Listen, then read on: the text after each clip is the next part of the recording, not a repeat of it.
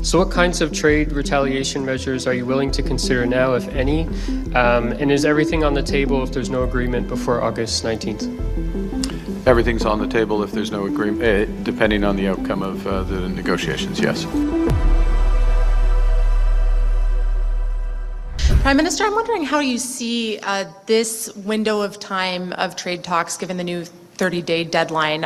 Do you think that this is a meaningful opportunity to approach some sort of endgame with the United States, or is it just another pressure tactic from the Trump administration?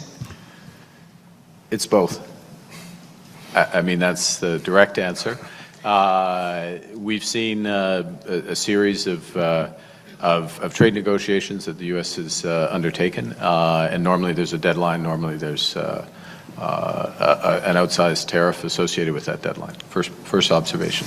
The second thing is that I would say that in our interactions this week with various levels of the U.S. administration, mine with the President, Minister LeBlanc, with his counterpart, Madame Charette, with hers, other officials, that there's a level of engagement and a breadth of engagement that reflects the seriousness of the trade relationship and the breadth of the issues. So it creates an opportunity. Now, and I'm going to hand back to you, Kate, but I'll just say that First Ministers, Premiers, and myself, we've had a series of conversations on this, on what it means, what our priorities are, where we go from here. And I will say, give you two observations from that.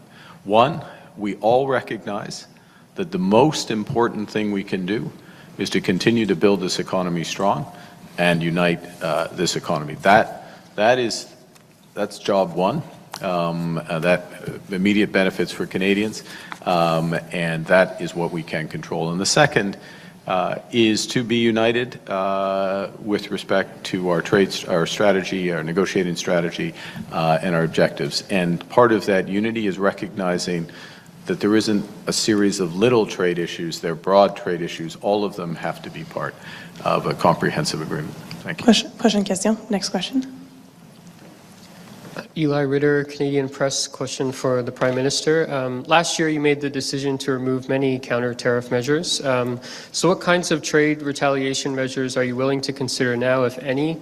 And is everything on the table if there's no agreement before August 19th? Everything's on the table if there's no agreement, depending on the outcome of the negotiations, yes.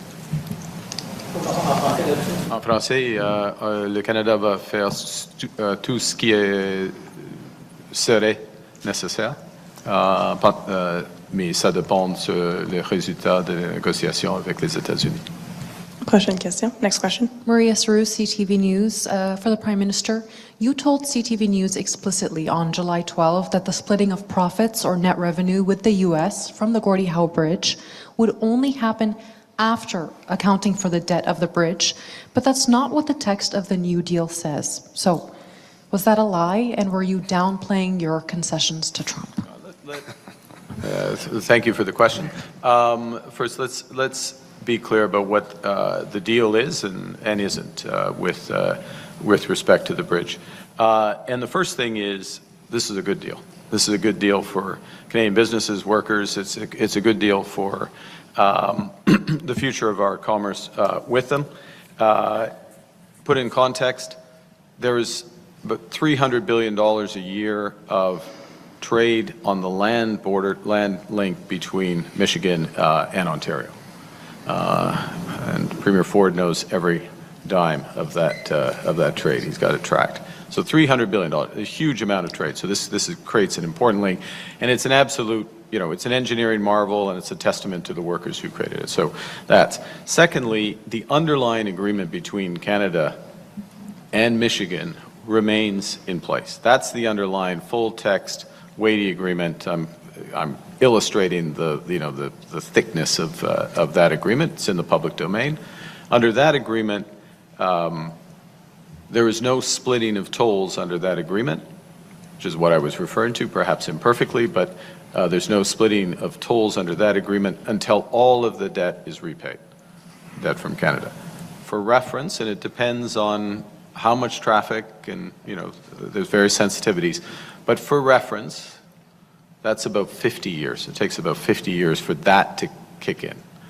In parallel with this, there is an agreement in principle, which was published earlier this week, between Canada and the United States.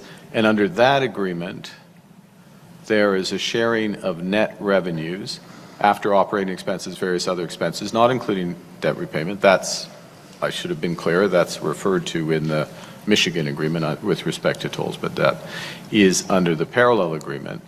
But the sharing of proceeds with the United States goes into economic development that would support traffic ultimately on the bridge. So there's an alignment of incentives.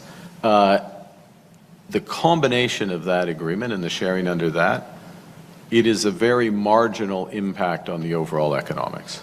Okay, very marginal, because it takes time for traffic to ramp up, there's various costs, there's various sharing, it gets fed back in. And to put it in order of magnitude, it's less than 5% in present value of the overall cost of developing the bridge. So that's the overall what it is, what it isn't. And yeah, could I have explained it better on a Sunday morning at Stampede? Yeah, with a cowboy hat on? Yes, I could have explained it better. And I explained it better in London, Ontario at GDLS, but I appreciate the opportunity. And Premier Ford would like to say something. Thank you. Well, in my opinion, the Prime Minister did an excellent job getting this deal done, getting $300 billion of goods across the border to create more opportunities, more jobs. Michigan is Ontario's #1 trading partner with over $70 billion of two-way trade. It's critical for the auto sector, it's critical for auto part manufacturers, and it's critical for all manufacturers.